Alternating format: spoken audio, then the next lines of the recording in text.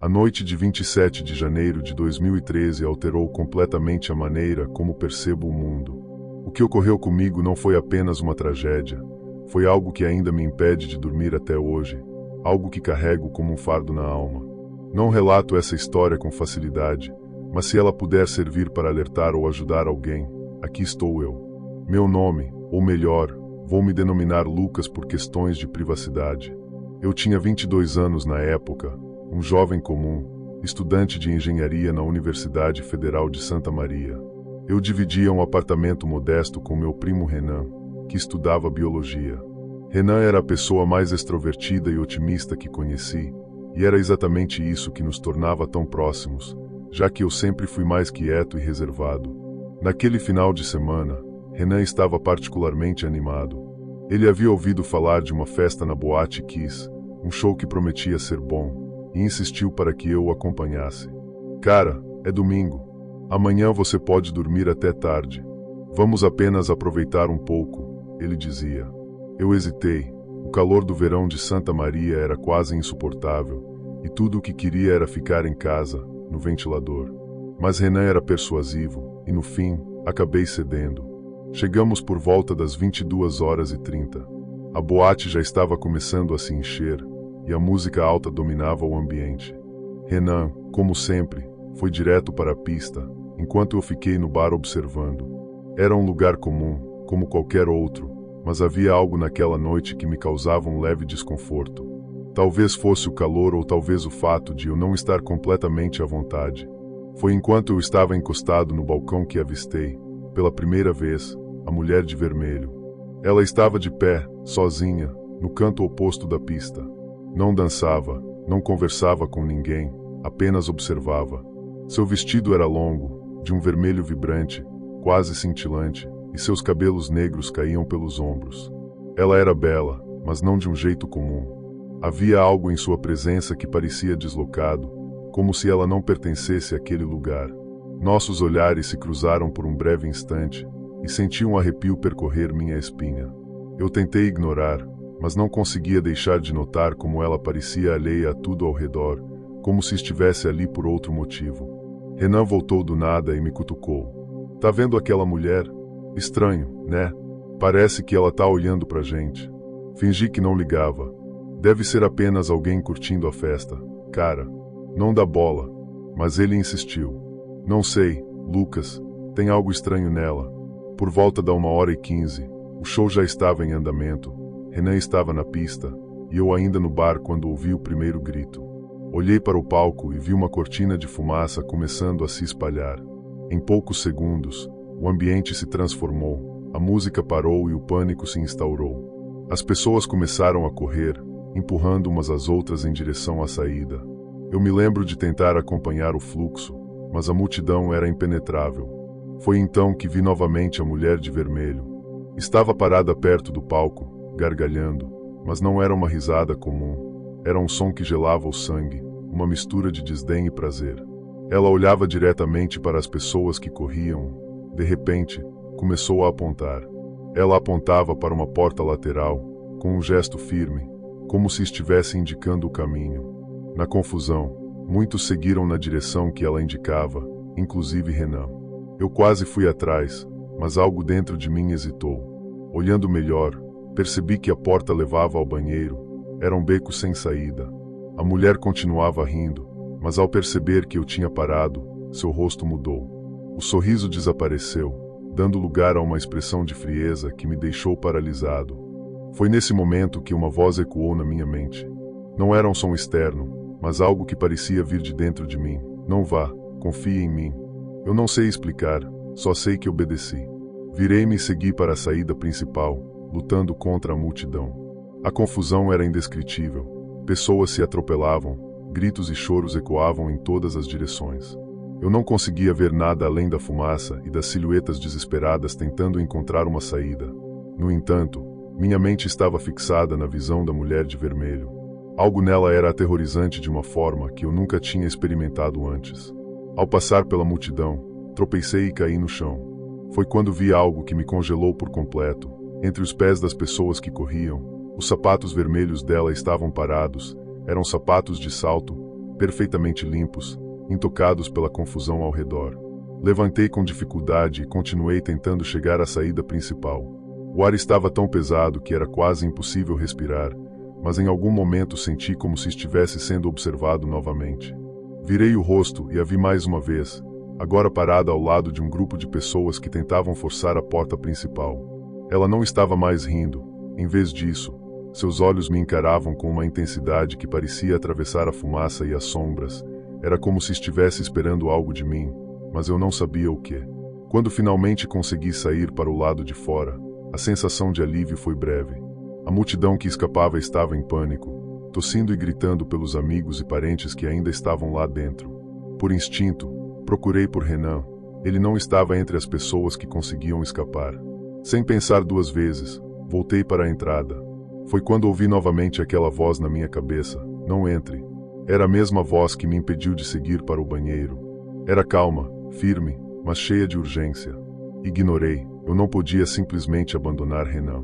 Com o ar mais denso ainda, entrei novamente na boate.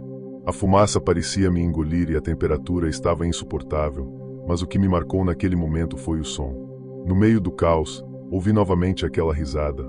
A mulher de vermelho estava lá dentro, de pé, no mesmo lugar onde a tinha visto pela última vez. Ela não parecia afetada pela fumaça ou pelo calor. Seus olhos estavam fixos em mim, e ela sussurrou algo que eu não conseguia ouvir por causa do barulho, mas ao mesmo tempo parecia que eu entendia o que ela queria dizer. Ele já se foi. Quando finalmente fui retirado da boate por um dos bombeiros, eu estava quase inconsciente. Lembro de cair no chão do lado de fora e ver as luzes dos carros de emergência se misturarem ao céu noturno. Meu corpo estava exausto, mas minha mente ainda estava tentando processar o que tinha acabado de acontecer. Renan nunca saiu da boate. Ele foi encontrado no banheiro, junto com dezenas de outras pessoas que haviam seguido para lá na confusão. Até hoje não sei dizer se a mulher de vermelho era uma manifestação do meu próprio medo ou algo além disso, mas uma coisa é certa: ela sabia. Após o incêndio, fui internado por conta da inalação de fumaça e dos ferimentos leves. Durante as primeiras noites no hospital, tive pesadelos constantes. Eles sempre começavam da mesma forma. Eu estava de volta à boate, com a música alta e a multidão dançando ao meu redor. Tudo parecia normal, até que ela aparecia, a mulher de vermelho, sempre me encarando com aquele sorriso. Uma noite, o sonho foi diferente. Ela não estava na boate, estava no quarto do hospital, sentada em uma cadeira ao lado da minha cama. Seus olhos estavam fixos em mim, mas ela não dizia nada, apenas me observava como se esperasse algo. Acordei suando frio. Pela primeira vez, decidi contar o que estava acontecendo para um dos padres que visitavam o hospital. Ele ouviu atentamente enquanto eu descrevia os eventos, e quando terminei, ele ficou em silêncio por um longo tempo. Lucas, ele disse, o que você viveu foi uma tragédia, mas o que você está vendo pode ser algo muito mais profundo. Às vezes, em meio ao desespero, forças que não compreendemos se manifestam. O mal se alimenta do caos, mas a fé é a nossa arma mais poderosa. Reze. Peça proteção a Deus e lembre-se de que Ele nunca abandona seus filhos. Até hoje, penso na mulher de vermelho. Não sei se ela era uma entidade, uma ilusão ou uma parte do meu próprio trauma, mas sei que ela estava lá e, de alguma forma, ela sabia o que estava para acontecer. Há noites em que ainda ouço sua risada, mesmo estando acordado. Nessas horas, me apego à minha fé e peço forças a Deus para seguir em frente.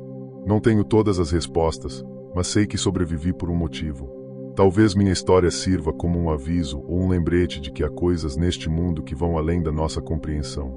E se você estiver lendo isso, espero que nunca tenha que encarar o olhar daquela mulher de vermelho. Segundo relato, naquela época, em 2013, eu morava com minha filha e meus netos em Santa Maria.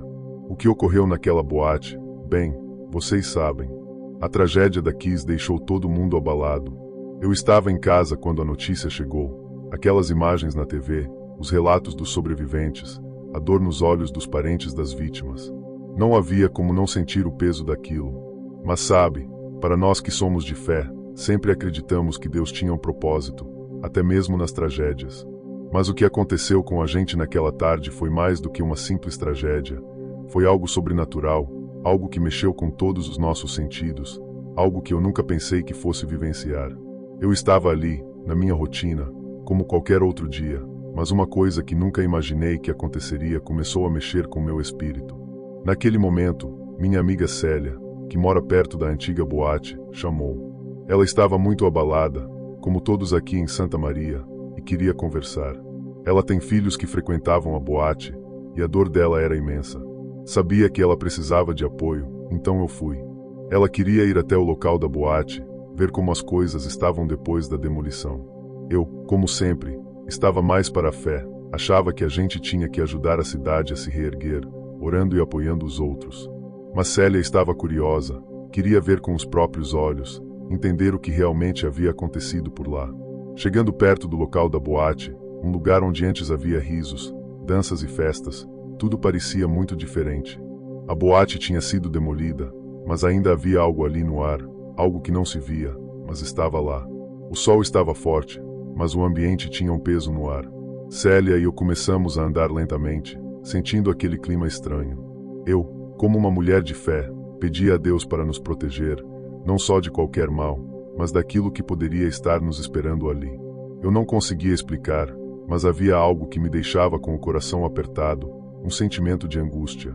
Foi então que começamos a ouvir, era uma música. Eu confesso que tentei não dar muita importância a princípio, porque pensei que fosse apenas o som de algum rádio distante. Mas, conforme íamos caminhando, a música se tornava mais clara, mais audível. Não era uma música qualquer, eu reconhecia os sons, os acordes, as batidas. Era uma música de festa, uma música que com certeza era tocada na boate durante as noites de diversão. Olhei para Célia, e ela, com os olhos arregalados, disse: "Você está ouvindo isso também, né?" Eu disse que sim. Imediatamente, senti uma onda de calafrios percorrendo meu corpo. O som parecia vir de dentro daquele terreno vazio, onde antes havia sido a boate. Mas o mais estranho foi que, à medida que nos aproximávamos da área, a música parecia desaparecer. Não era como se fosse um som normal vindo de um rádio ou algo assim. Quando nos afastávamos um pouco, a música voltava. Parecia algo que estava preso naquele lugar, como se estivesse ecoando da memória do local. A cada passo, sentíamos um peso maior no ar, e eu, como uma mulher de fé, comecei a rezar baixinho, pedindo a Deus que nos desse forças, que nos protegesse daquilo que fosse aquela presença. Eu não sabia o que estava acontecendo, mas sentia, no fundo da minha alma, que aquele som não era normal, não era só uma lembrança. Era como se as almas das pessoas que estavam lá naquela noite estivessem tentando se comunicar. Célia, como sempre foi mais cética, olhava para os lados, tentando entender o que estava acontecendo, mas até ela começou a ficar nervosa. Eu sabia que ela estava tentando se convencer de que era só uma coincidência, mas não havia como negar o que estávamos sentindo. A música, a sensação no ar, tudo aquilo parecia demais para ser só coincidência. Continuei rezando mais forte agora, pedindo a Deus para que nos livrasse daquela sensação ruim.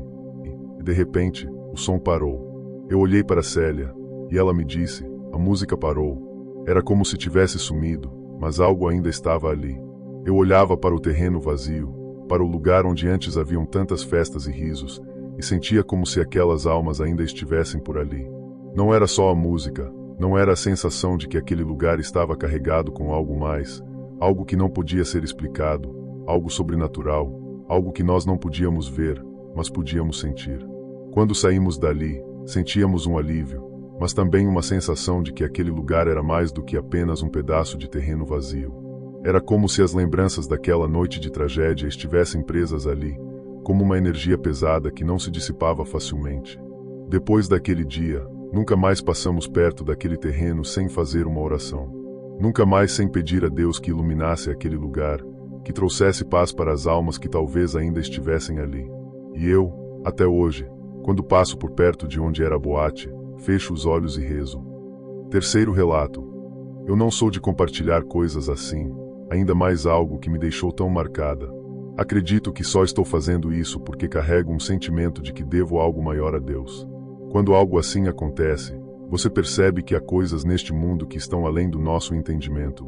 Meu nome é João, não é meu nome real, mas não importa. O que eu vou contar aconteceu comigo em 2013, naquela noite na Boate Kiss. Você provavelmente já ouviu falar sobre o incêndio, sobre as vidas que se foram. Mas o que eu vi naquela noite, isso nunca vai ser contado em um jornal ou documentário, porque ninguém acreditaria. Era sábado à noite e eu e meus amigos decidimos ir para Kiss.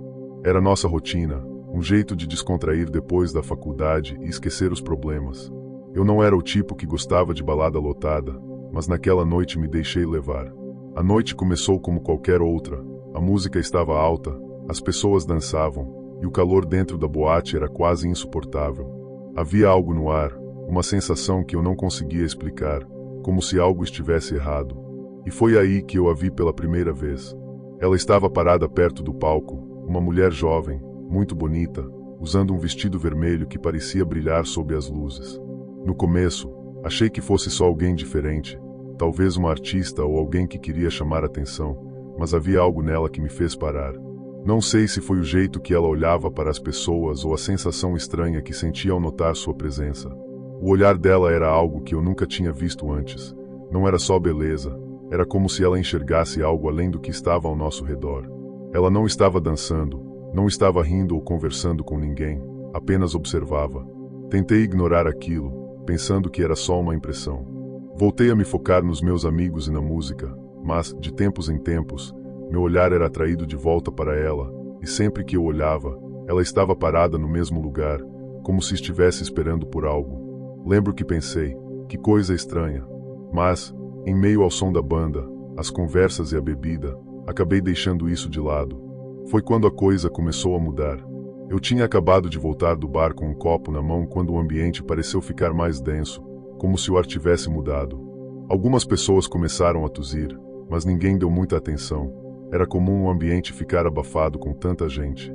Só que, para mim, aquilo parecia mais do que só calor e falta de ventilação. Olhei de novo na direção onde ela estava, só que agora ela não estava mais lá. Eu sentia um alívio, como se o incômodo que vinha me perseguindo tivesse desaparecido, mas, enquanto caminhava em direção ao meu grupo, vi algo no canto do meu olho. Ela estava do outro lado da pista, parada perto de uma coluna. Dessa vez, seus olhos estavam fixos em mim. Meus passos vacilaram, era como se algo me puxasse na direção dela, mesmo que meu corpo inteiro gritasse para não ir. E então aconteceu algo que nunca vou esquecer. Ela levantou a mão lentamente, apontando para o teto. Naquele momento, um cheiro forte começou a se espalhar pelo ambiente. Era um cheiro estranho, químico, quase metálico. Alguns olhavam ao redor, preocupados, mas a música continuava e a maioria das pessoas não parecia notar.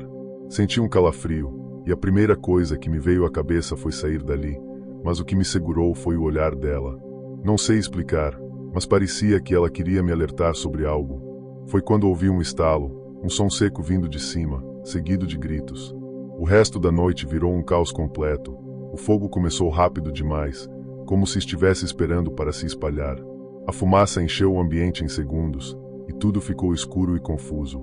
Eu me lembro de correr, tentando chegar à saída, mas parecia impossível. As pessoas estavam desesperadas, empurrando umas às outras, e o ar estava ficando insuportável. No meio daquela confusão, algo chamou minha atenção. Não sei como, mas consegui vê-la de novo. A mulher de vermelho estava lá, no mesmo lugar, agora cercada pelas chamas, mas ela não parecia assustada. Estava calma, quase serena, como se já soubesse o que estava acontecendo. A sensação de pavor foi tão forte que eu comecei a rezar. Pedi a Deus que me tirasse dali, que me protegesse. Prometi que, se conseguisse sair com vida, nunca mais deixaria de valorizar minha fé. Depois disso, tudo ficou confuso. Eu não lembro exatamente como cheguei à porta, só que senti o ar fresco no meu rosto e caí de joelhos do lado de fora. Olhei para trás, esperando ver algo, mas ela não estava mais lá. Nos dias seguintes, enquanto tentava processar o que aconteceu, comecei a ouvir relatos de outras pessoas que também estavam lá.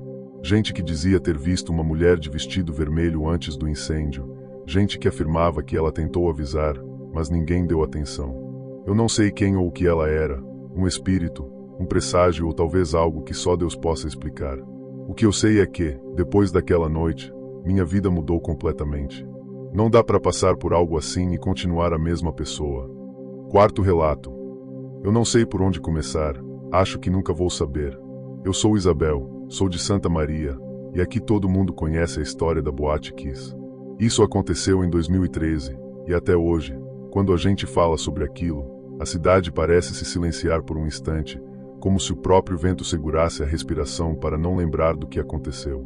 Naquela época, eu tinha 56 anos e já era uma mulher que não se impressionava facilmente com histórias de assombração ou coisa do tipo. Mas o que aconteceu comigo e com minha filha naquele janeiro de 2013, isso não tem explicação. Vou contar como tudo começou, e espero que você me entenda.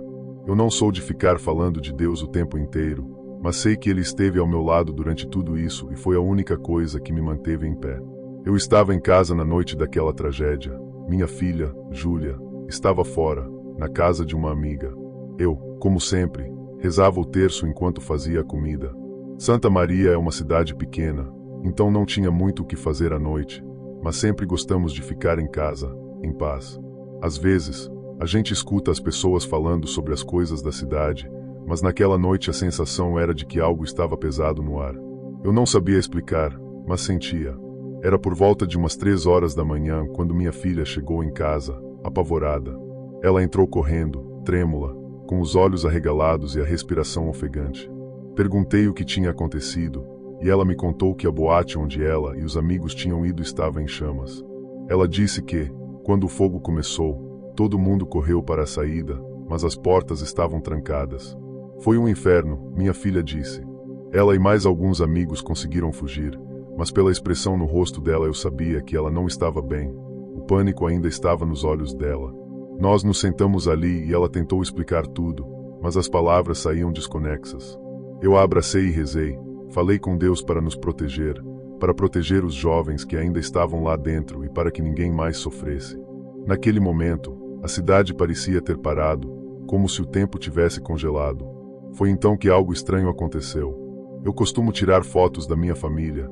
Sou uma dessas pessoas que sempre teve a câmera por perto, registrando os momentos para nunca esquecê-los. Naquela noite, enquanto minha filha tentava se acalmar, peguei a câmera que estava em cima da mesa e fui dar uma olhada nas fotos que havia tirado antes. Nada demais, eram fotos simples do jardim da minha casa, da minha filha e do cachorro. Quando fui passando as fotos, parei numa delas. Era uma foto do espelho do corredor, onde a gente costuma colocar a chave de casa. Eu não sei dizer o que aconteceu ali, mas naquela foto tinha algo estranho, algo que não estava na minha mente naquele momento. Eu juro que não tinha visto antes, não me recordo de ter tirado essa foto, mas estava lá. Quando olhei para o espelho, vi uma figura. Não era um reflexo normal, como o meu ou o da minha filha. Havia 2 figuras ali. A primeira, uma jovem mulher sorrindo. Eu poderia jurar que ela estava sorrindo, mas o sorriso era algo estranho. Era um sorriso que não correspondia à realidade do momento. Ela estava no espelho, mas em algum lugar diferente, como se estivesse olhando para mim através de algo muito maior, uma presença que não pertencia ao mundo físico. Ela usava uma roupa simples, não muito diferente da roupa que minha filha tinha usado para sair naquela noite. Eu olhei para trás porque pensei que poderia ser minha filha ou talvez alguma confusão da minha mente, mas Júlia estava sentada na mesa, com as mãos no rosto, ainda tentando processar o que havia acontecido. Olhei de novo para a foto e foi quando a outra apareceu. Esta não sorriu, era um rosto distorcido, como se o fogo e a fumaça tivessem marcado de uma forma indescritível, uma dor estampada em cada traço daquela imagem. Eu congelei, não conseguia mais entender o que estava acontecendo. O calor da foto parecia ter invadido o meu corpo. Eu me senti fraca, como se a energia tivesse sumido de mim. Fiquei ali parada, olhando para aquele reflexo, até que minha filha veio até mim. Ela olhou para o espelho. Ao ver o que eu estava vendo, seu rosto ficou pálido. Ela não disse nada, mas a expressão dela me dizia tudo. Era como se ela tivesse visto algo que a aterrorizava também. Eu então me lembrei de algo. Quando ela estava na boate, ela me contou sobre o momento em que ouviu gritos, gritos desesperados. Ela me disse que alguém havia dito para ela sair, mas quando ela viu o rosto das pessoas tentando escapar, viu algo que parecia impossível, marcas de queimaduras, como se a própria alma estivesse sendo consumida pela dor. Comecei a rezar naquele momento, pedi a Deus para nos dar força, para acalmar a alma daqueles jovens que haviam partido tão cedo. Mas, à medida que o tempo passava, os reflexos nas fotos só aumentavam. Mais figuras começaram a aparecer, elas estavam em todos os cantos, com rostos de desespero, como se tentassem nos alertar de algo. Fui à igreja no dia seguinte, sozinha, porque Júlia não quis ir, ela ainda estava muito abalada. O padre, ao ouvir minha história, fez uma oração especial, pedindo para que as almas encontrassem a paz. Não sei se as orações ajudaram, mas o que aconteceu depois me deixou mais tranquila. As aparições nas fotos começaram a diminuir, porém, ainda assim, a sensação de que algo estava faltando nunca me deixou. Eu sei que algo sobrenatural aconteceu naquela noite, algo que ainda paira sobre Santa Maria. Acho que é isso que quero dizer. Quando você vê o que eu vi, não tem como ignorar a dor daqueles jovens, a dor de quem perdeu alguém. Tudo isso se reflete de maneiras que a gente não consegue explicar com palavras. Talvez se eu não tivesse rezado, se não tivesse acreditado em Deus, aquilo teria me consumido também. A única coisa que sei é que, até hoje, não consigo olhar para aquela foto sem sentir aquele calafrio na espinha. Não sei se eram almas perdidas, se eram reflexos do fogo ou se tudo não passou de uma ilusão, mas sei que Deus esteve ali e é Ele quem mantém as nossas almas seguras. Quinto relato. Sou morador de Santa Maria desde que nasci, cresci no centro da cidade. Como muitos, acompanhei de perto a tragédia que abalou nossa comuna. Não vou mentir, na época, eu pensava que, com o tempo, tudo ficaria para trás, mas a verdade é que, para alguns de nós, a história daquele lugar nunca desapareceu. E o que aconteceu depois da reabertura da boate me fez repensar tudo o que eu acreditava. A Boate Kiss, como todos sabem, foi o local da tragédia que deixou 242 vítimas. Quando tudo aconteceu, a cidade ficou paralisada. Eu me lembro de estar em casa naquela noite, vendo as notícias na TV, sem acreditar no que estava acontecendo. Muitos de nós, moradores de Santa Maria, tínhamos amigos, conhecidos e familiares que estavam lá, e a dor foi imensa.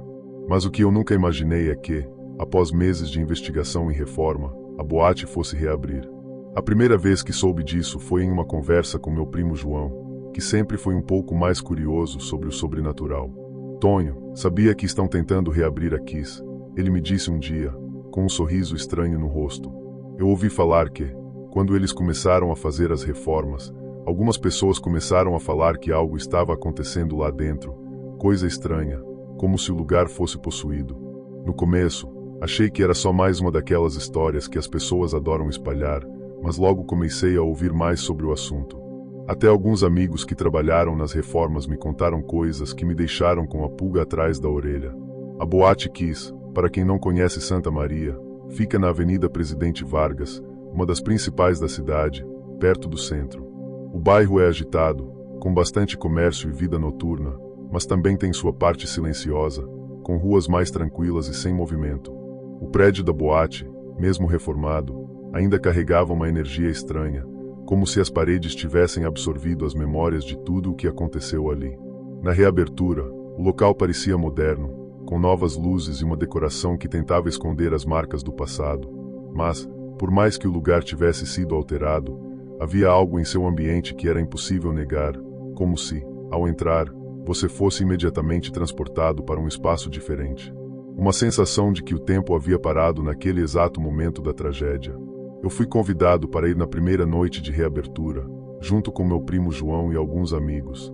Quando chegamos lá, o ambiente estava bem mais iluminado do que nos tempos antigos, mas ainda assim o cheiro de umidade e a falta de ventilação no ar me incomodaram. O lugar parecia ter sido lavado com pressa, mas, mesmo assim, eu conseguia sentir aquele peso.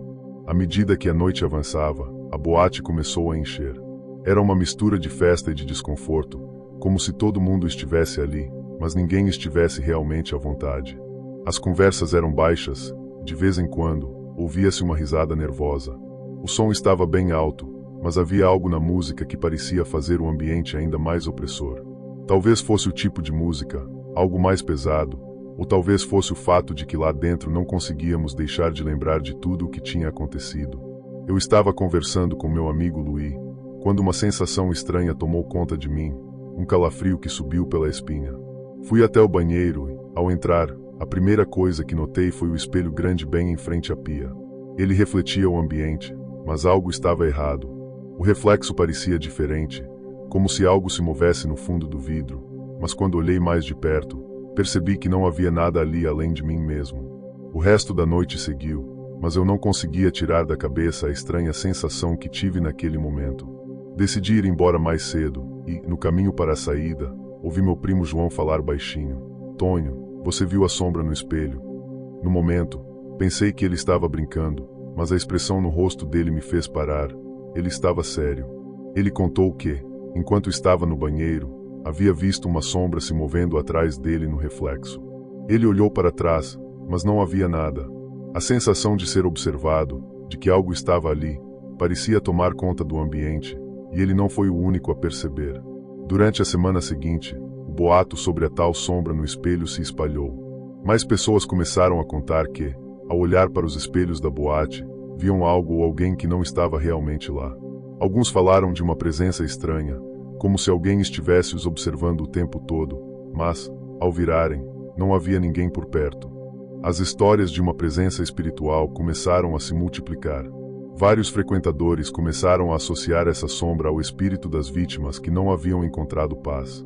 Os mais sensíveis diziam que era como se o lugar estivesse aprisionado entre dois mundos e que as almas das vítimas estavam presas ali, como se ainda buscassem vingança ou reconciliação. Depois daquela noite, eu nunca mais voltei à antiga Boate Kiss. Eu até ouvi dizer que a boate fechou de novo, mas o que mais me marcou não foi a reforma ou a festa, mas aquela sensação de que algo muito errado estava ali, algo que não deveria estar, algo que não conseguiria desaparecer. Não importa quantas reformas tentassem fazer, eu nunca consegui entender se as pessoas estavam apenas sendo influenciadas pelo trauma coletivo ou se realmente havia algo mais lá. Mas o que sei é que, até hoje, ninguém conseguiu explicar o que aconteceu naquela noite e nas semanas seguintes. Eu pessoalmente não sei o que era aquilo, mas sei que, depois de ver o que vi, nunca mais consegui olhar para aquele espelho da mesma maneira. Meu nome é Henrique, e o que vou contar aconteceu comigo e com minha equipe em 2015, quase 2 anos após a tragédia que abalou Santa Maria. Para muitos, a história da Boate Kiss já havia sido deixada para trás, mas para quem estava no meio do movimento paranormal, as coisas estavam longe de serem encerradas. A tragédia de 2013 ainda reverberava na cidade, e para nós parecia haver algo mais naquelas ruínas do que a simples lembrança de uma noite terrível. Eu tinha uma equipe pequena composta por amigos que compartilham o interesse pelo sobrenatural. Nosso objetivo era investigar as ruínas da Boate Kiss, algo que muitos haviam tentado fazer antes, mas nunca com sucesso. O lugar estava fechado, mas conseguimos uma autorização para entrar ali durante a noite, já que a área ainda era de interesse público. Claro, por conta das histórias que estavam começando a circular. Minha ideia era simples: verificar se os relatos sobre aparições, barulhos e sensações estranhas eram apenas boatos ou se havia algo real por trás deles. O que encontramos naquela noite, no entanto, foi algo que eu não esperava de forma alguma. A Boate Kiss, embora estivesse fechada para o público, ainda era um lugar de visitação para curiosos, e no nosso caso, para aqueles que queriam entender o que realmente acontecia ali.